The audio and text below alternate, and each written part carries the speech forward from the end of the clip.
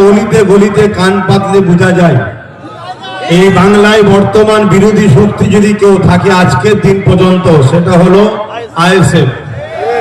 মিডিয়াতে হয়তো অন্য কাউকে বিরোধী শক্তি বানানো হয়, কেন রাজ্য সরকার বলেছিলেন তো বিজেপিকে ফান্ডে নিয়ে এসে লড়বো, তাই বিজেপিকে বিরোধী হিসাবে দেখানো হয়, কিন্তু হাকিকাতে বিরোধী বিজেপি নয়। তাই এই সরকারের পতনের পরে যে গভর্নমেন্টটাই বাংলায় হবে সেই গভর্নমেন্টটার নাম হলো আইএসএফ।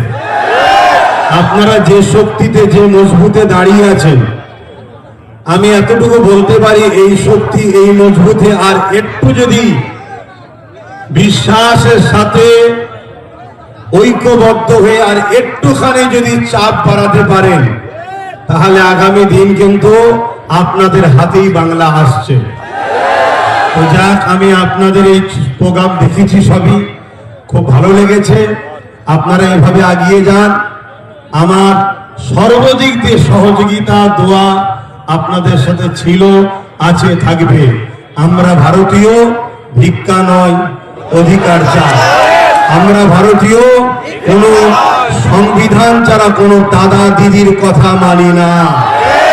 সংবিধানের কথা যে দাদা দিদি বলবে সেই দাদা দিদিকে মাথায় নিয়ে ঘুরবো, আর যে দাদা দিদি সংবিধানকে তাকে রেখে নিজেদের কথা শোনাতে চাইবে সেই দাদা দিদিকে সংবিধানের ডায়েরিতে এনে জেলের কারাগারে আমরা যুব সমাজই ভরব। এই অঙ্গীকার নিয়ে আজকে আপনারা তো চলে গেছেন, রাস্তায় সব দেখছি চতুর্দিকে। কেন আমি যদি আরেকটু আগে ঢুকতাম তাহলে তো আরো সমস্যা হয়ে যেত না।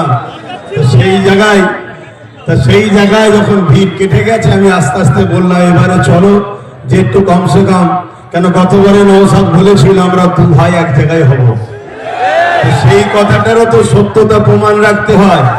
না হয় জালিমরা কোনো খোঁজে পাবে না, কোনো ফল না পেয়ে বললো কই তার ভাই এলো না তো, মানে কিছু যখন উপায় থাকেন এটা বলবে। এতটুকু জেনে রেখে দিও নওশাদের জন্য তার বড় ভাইয়ের জান আছে, ব্যাস। এবারে আমার আরো অনেক কাজ আছে, সেদিকটা দেখতে হয়, এদিকটা নওশাদ দেখছে তোমাদের সবাইকে নিয়ে, এবং তোমাদের সাথে নওশাদের সাথে আমি আছি, অবশ্যই পাশে আছি, তো সেই বিশ্বাস করি। তাই এই বিশ্বাসেই তো আজকে এত দূরে চলে আসলাম।